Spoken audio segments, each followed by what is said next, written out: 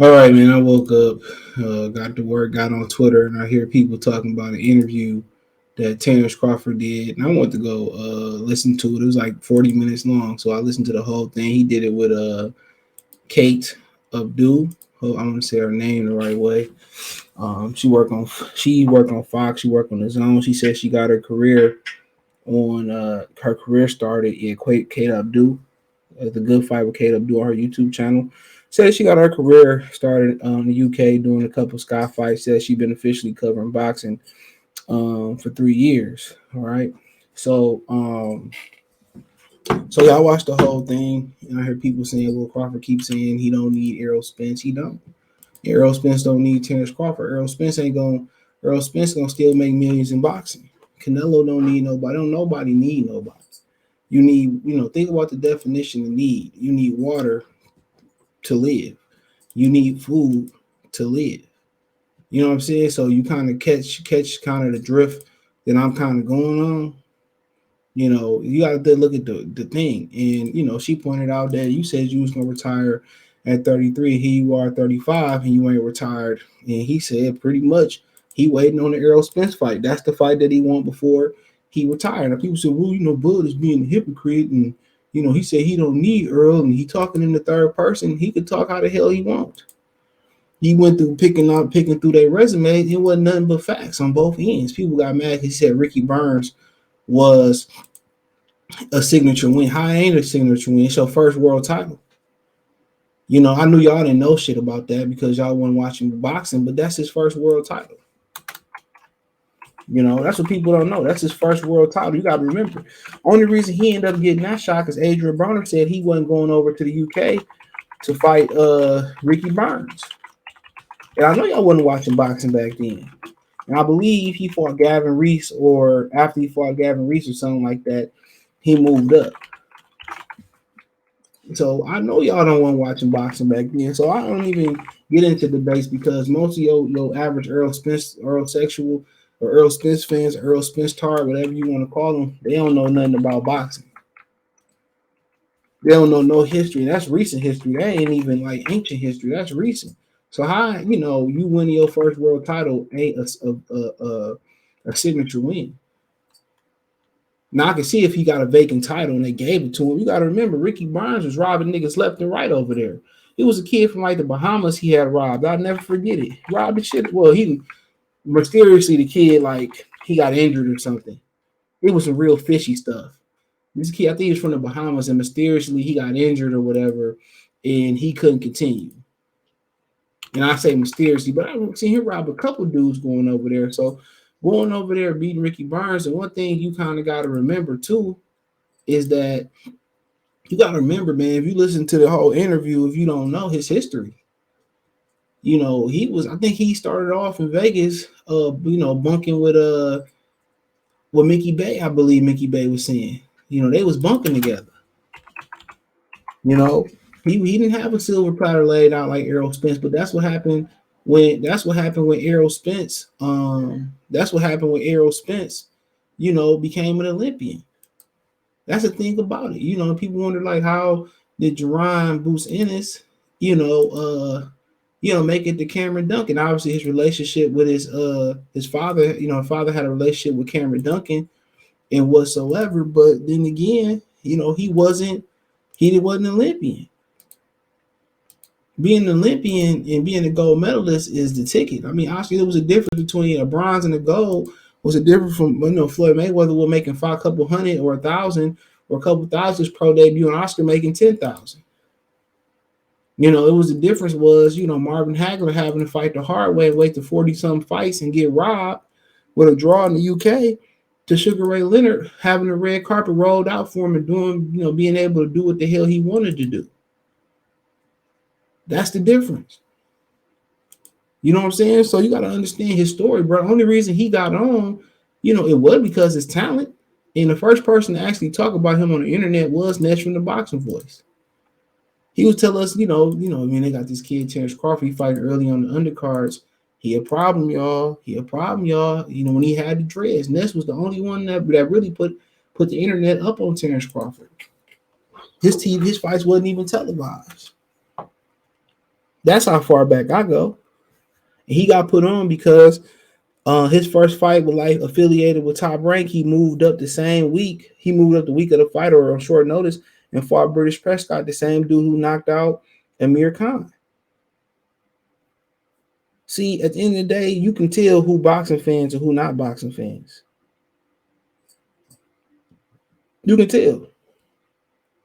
You can tell who boxing fans, who not boxing fans. You know, but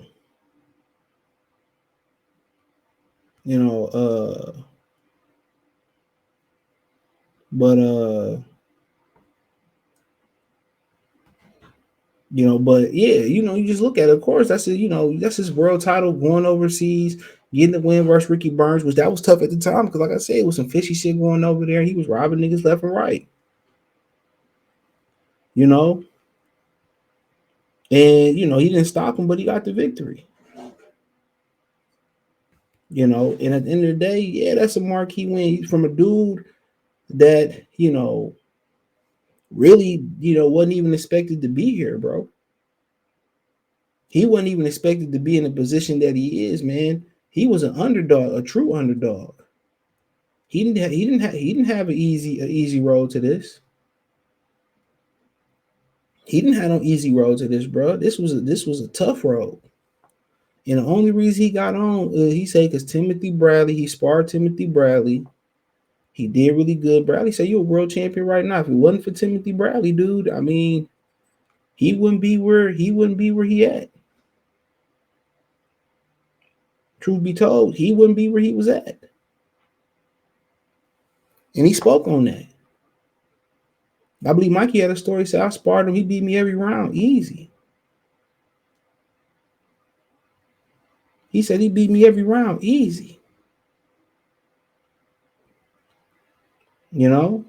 So like I continue to say, bro, it's just I think a lot of people they can tell they don't know shit about boxing. And we talking about recent boxing. This ain't ancient history, bro. This recent boxing.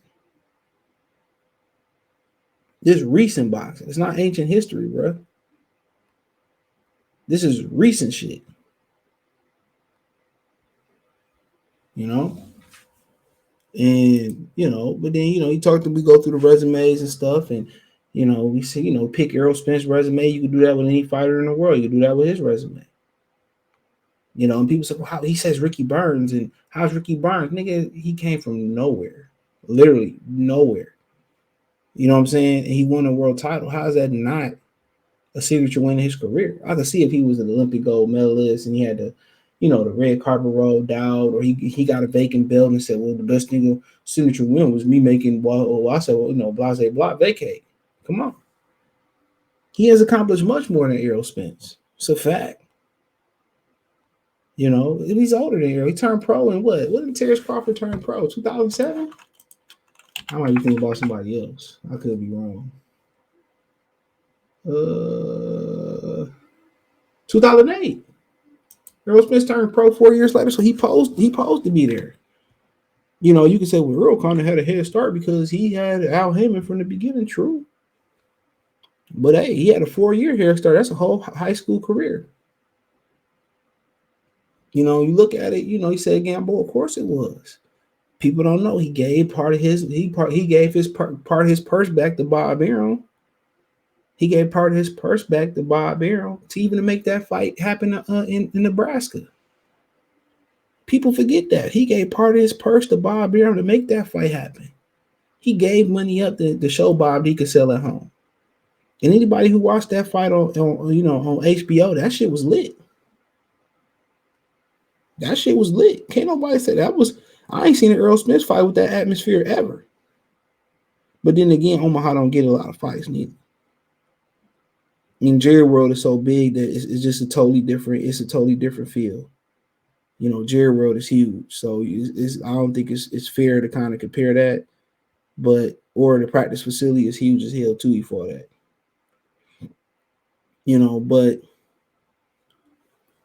But yeah, he went through there, but he was knocking motherfuckers out. when he got the 147. Jeff Horn, of course it was.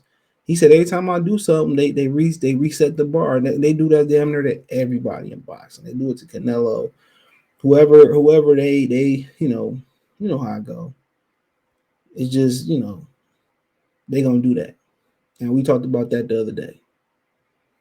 He says the Top Rank is probably the best promotional company out there. It's the best promotional company to start off with.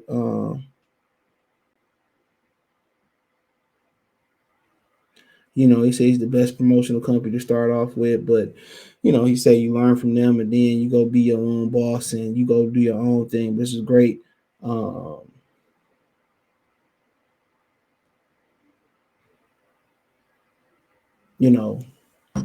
It's a great start. I mean, people say he got mad because he was talking in third person. Shit, he could do whatever the hell he want to do. Don't listen. But he had a 4-year head start. I know he didn't start off with a major promoter. He started off from the mud, but how ain't Ricky winning your first world title? Errol Spence, that's a signature win. Beating Kell Brook, coming off a busted eye, cutting down from 160, still a signature win. Going overseas, getting a belt. Mikey Garcia will be a signature win because it was a commercial appeal, but he did rip it. So Mikey had never fought at 160, and Kell Brook was coming off a loss, and that's his resume. A lot of people can argue Ricky Burns lost a hell of a lot of fights before getting to Terence Crawford. People can say Errol Spence softened up Sean Porter, but then again, you can say Keith Thurman and other guys softened up Sean Porter. He had a draw with fucking Julio Diaz, for God's sake. That a lot of people felt that he lost. People forget that. Kell Brook, Keith Thurman. So I mean, Jeff Horn, people say, he robbed Pacquiao. But a lot of niggas was saying before Crawford beat, a lot of people were saying, he really beat Pacquiao.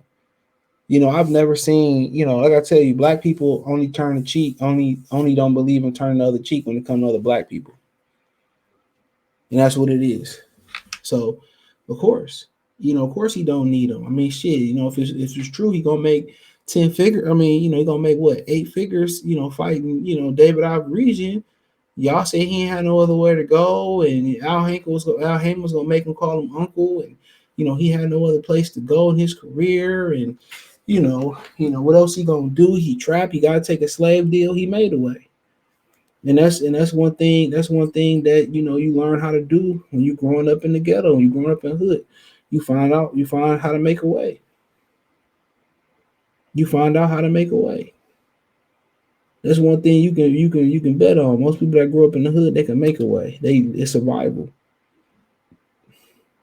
It's survival of the fittest, like Mobb Deep. That's exactly what it is. It's survival of the fittest. And that's just what it is. But I ain't no issue with nothing that he said. People are mad because he said, you always say you don't need Terence Crawford. Look at the word need. And then look later in the interview, right? Look later in the interview when he goes around and says, only reason he really still hanging around is because he wanted to fight Terence Crawford. He wanted to fight Errol Spence. Other than that, he would have been retired. He talked about his kids and all that type of stuff. And, he checked her a couple times. He did. He checked her a couple times. It was a good-ass interview. And she got with him a couple times. So it was cool. He opened up. He's doing a lot more interviews now. He left Top Rank. He got to promote himself, and he got to promote this platform. And most of the interviews is going to be about Errol Spence. And when Errol Spence do interviews about whatever he got going on, it's going to be about Terence Crawford. They want to make it happen, the fighters, but it's one person in the way. But we going to keep it moving. Let me know what you girls and guys think. Thumbs up the video, share the video, subscribe to the channel. The subscribe button is the bell icon button. Hit all notifications, increase your chance of notifications. We go live and drop a video.